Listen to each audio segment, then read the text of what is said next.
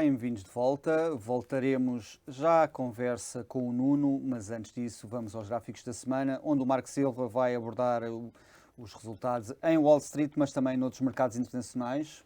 Marco. André, obrigado. Sim, a semana passada foi de vermelho, basicamente, nomeadamente nas tecnológicas. Podemos ver aqui Microsoft, Apple, Google e Amazon com quedas superiores a 1% na semana, ao passo que a Disney, devido aos resultados que apresentou, teve um comportamento bastante positivo, assim como a Alibaba, a retalhista chinesa. De destacar pela negativa a PayPal, que continua a corrigir de uma forma bastante significativa, e as empresas da indústria farmacêutica, Johnson & Johnson, Pfizer, Eli Lilly, não têm tido um comportamento ou não tiveram um comportamento muito bom a semana passada. Em relação a desde o início do ano, podemos ver que as tecnológicas são claramente o segmento que mais perdeu, Microsoft com menos 12%, que foi das grandes aquela que registrou a maior perda, depois Apple, Google e Amazon com cerca de 5, 6% de perda. Do lado inverso, as energéticas, ExxonMobil, Chevron, BP, com crescimentos bastante significativos. A ExxonMobil, por exemplo, com quase 30% de valorização desde o início do ano.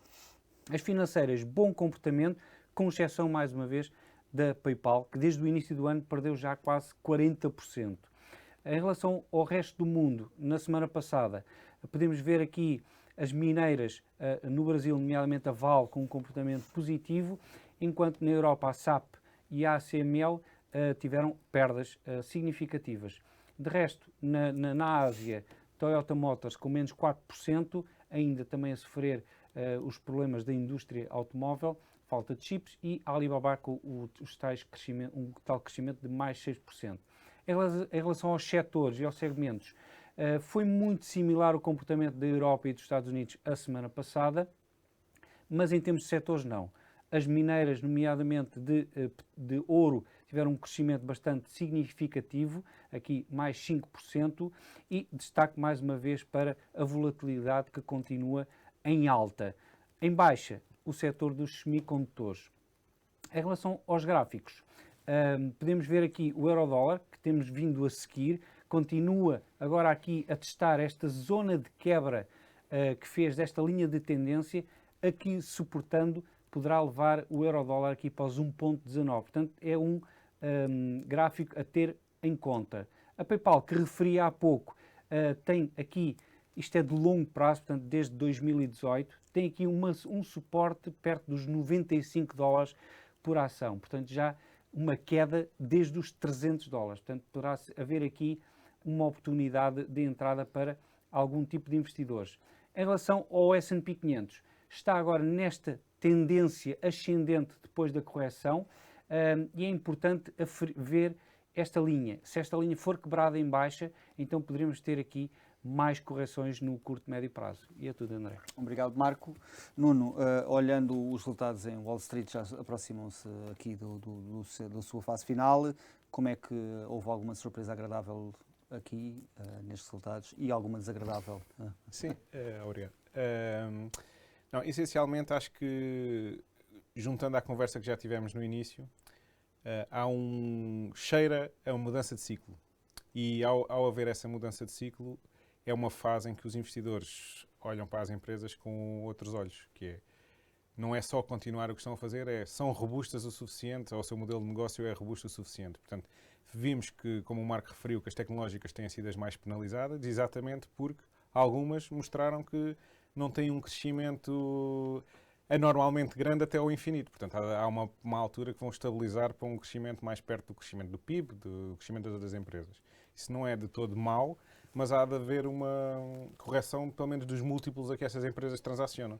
Portanto, temos que reconhecer que uma empresa como a Meta, não só o Facebook, mas muitos outros negócios lá dentro, apesar desses negócios estarem no domínio digital, que está ainda em crescimento, o tamanho da empresa não é credível que ela cresça 100% ao ano durante 20 anos, não é? Portanto, tem que haver um re-rating das expectativas e daí as tecnológicas terem sido as que sofreram mais, que é, neste capítulo que vamos entrar agora, pode haver algum período com taxas de juros mais elevadas, vai haver uma pressão maior para as empresas sustentarem o seu crescimento, se são verdadeiramente empresas que estão numa fase de crescimento, e outras empresas que não são sequer lucrativas ou que o seu modelo de negócio passa por ser as maiores do mundo antes de ser lucrativas, vão sofrer uma grande pressão dos seus acionistas e credores para ter resultados positivos. Portanto, isso é uma das implicações desta época de resultados.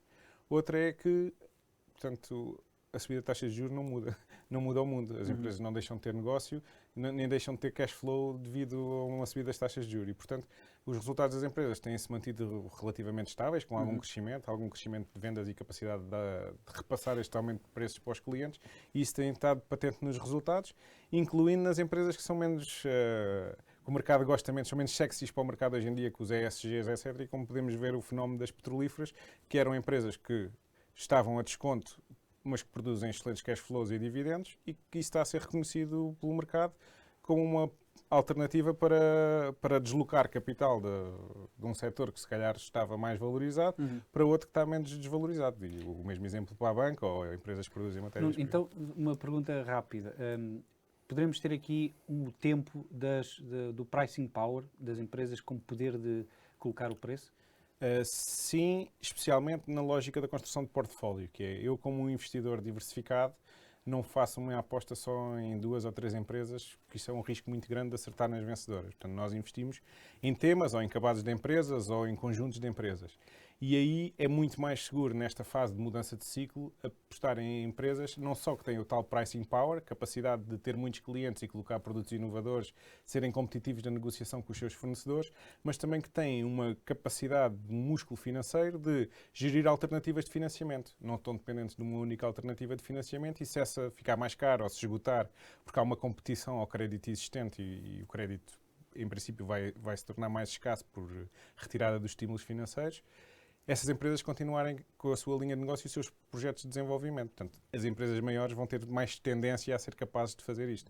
As empresas mais pequenas, que são mais mononegócio, têm um produto que até pode ser um grande produto de sucesso, mas que são mais focadas nesse único produto, são muito mais atreitas a ou registrar grandes crescimentos, quando é um sucesso, ou registrar quebras elevadas quando há uma mudança de paradigma. Como estamos no início desta mudança de ciclo, ainda é difícil avaliar quais é que vão ser as vencedoras e as vencidas. Nuno, olhando para o PSI 20 e para a Bolsa de Lisboa, a EDP, uma das maiores empresas do PSI 20, apresentou os resultados. O consenso dos analistas aponta para um EBITDA em média de 3,5 mil milhões de euros, em linha com 2020. Já os lucros, a estimativa média aponta para mais 820 milhões, acima do registado em 2020. E são sinais que a EDP passou aqui ao lado dos efeitos pandémicos que outras empresas do PSI 20 sentiram, como a Galp, por exemplo. Sim, portanto, numa parte, sim, uma vez que a EDP tem um negócio muito estável, não é que tem a parte não só dos consumidores industriais que podem ter sido algo afetados pela pandemia, mas por outro lado tem os consumidores domésticos que provavelmente tiveram mais tempo em casa e consumiram mais. E outra parte grande do negócio, que é a produção de energia, manteve-se e, especialmente no final de 2021, já se deverá notar que o preço do mercado livre subiu. Portanto, há um constrangimento energético na Europa e o preço da energia disponível nas pools de energia subiu. Tem efeitos mistos na EDP, que é, por um lado, consegue vender a parte que produz mais elevado, mas por outro, tem contratos fixos no mercado doméstico. Nós em casa não vemos o preço a variar todos os meses e o preço da energia subiu. Portanto, a EDP, a distribuição, deverá adquirir eletricidade mais cara para vender a um preço fixo. Mas as dinâmicas dentro da EDP deverão ser suficientes para amenizar os efeitos negativos destas duas componentes. Por outro lado, um efeito que muita gente começa a falar, que é a falta de pluviosidade e a quebra da produção de energia hidroelétrica, deverá afetar pouco a EDP nesta fase, porque para já estes resultados referem-se até dezembro de 2021, e por outro lado, a EDP, mesmo na produção de energias renováveis, tem se concentrado mais no desenvolvimento de parques solares e eólicos do que na parte hidroelétrica e, portanto, isso deverá de alguma maneira amenizar esse efeito negativo que poderá advir da falta de produção de energia hidroelétrica. Muito bem, Nuno, vamos agora para um breve intervalo e voltaremos à conversa.